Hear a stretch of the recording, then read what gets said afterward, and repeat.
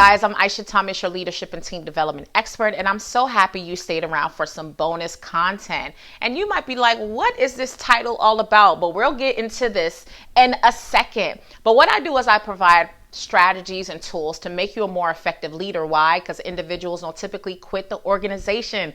They typically quit the leader, and that's why you need leadership development. So today we're talking about leadership swim lessons. And now you're probably wondering what this title is all about. But I made a post recently on my social media that had me thinking about the process of swimming. So we all know, if you've ever taken swim lessons or someone taught you, maybe you went to a professional, maybe it was a family member, there was a process that happened while you got those swim lessons. So my children went through the process of getting swim lessons, and I loved it because you see the process of how they're teaching them build upon that skill. That leader in that pool, the person that's the expert in that area, is skilled already. They're able to teach them and give them the lessons that they need in order for them to be effective swimmers. But these young children have to go through this process for them to feel confident. And then over time, that leader in that pool starts to distance themselves. They start to allow that child to pick up on the lessons, make mistakes if necessary, and save them when necessary. So just thinking about that process made me think about, how are we applying this mindset similar to swim lessons? And one of the first things you don't want to ever do as a leader is making your team drown. So just imagine you take your children, or maybe you go to swim lessons and you wake up in the hospital because that person let you drown. Just imagine that feeling, that lack of trust that you would have, because that person, you'll wonder, why did they let you drown? Like, what do you mean? You know that I did not know how to swim.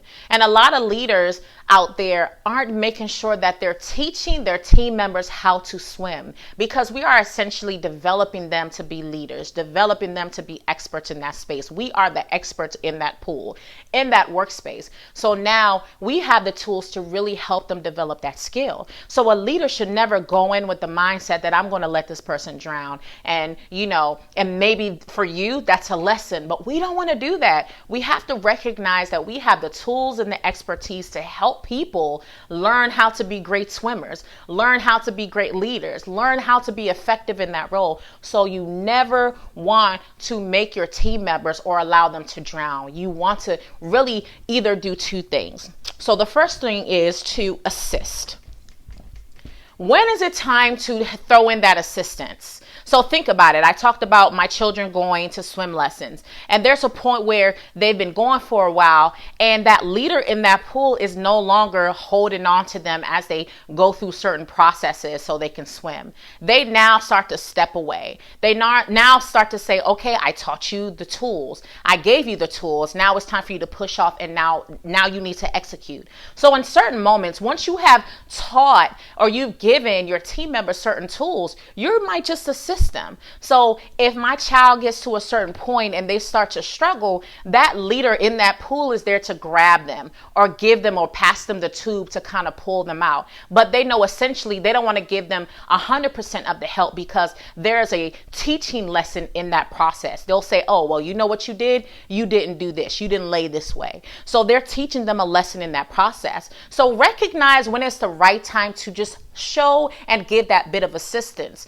But you have already taken time to really develop that person, give them the tools. And now you don't want to step in fully because you want them to learn the lesson, but you do want to give them a bit of assistance and pull them to the side and say, hey, listen, I know this is your first time really providing this debrief to everyone in this room. Okay, you're struggling here. Let me help you. Let's go over the process that we talked about so you can be able to give these briefings really effectively.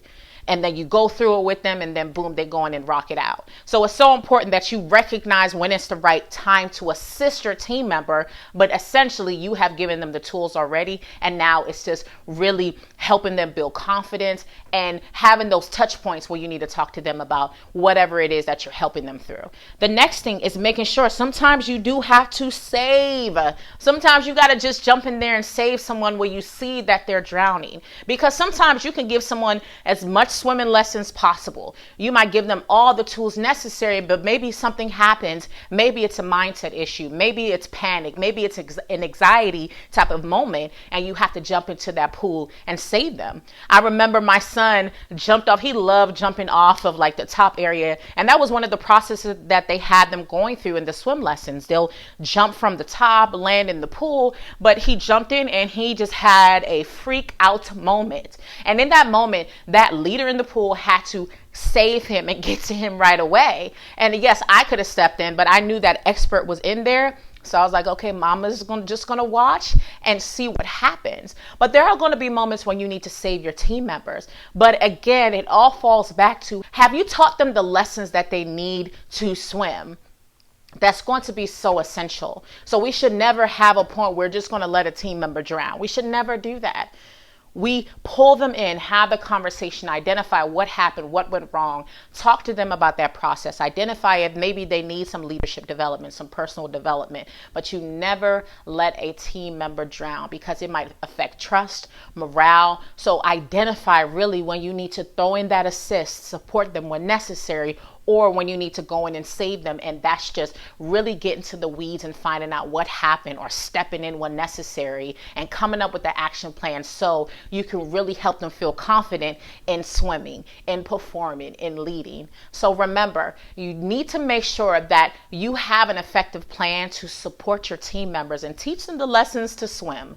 Teach them the lessons to be effective in their role, because that's what it's equivalent to. But you never let someone drown. You provide that assistance, or you go in for the save, but essentially you're helping them to be effective swimmers, effective leaders, effective in that role, so they can really be a great asset to that organization. And again, remember, individuals don't typically quit the organization, they typically quit the leader. So let's be trendsetting leaders and let's help our team members learn how to swim.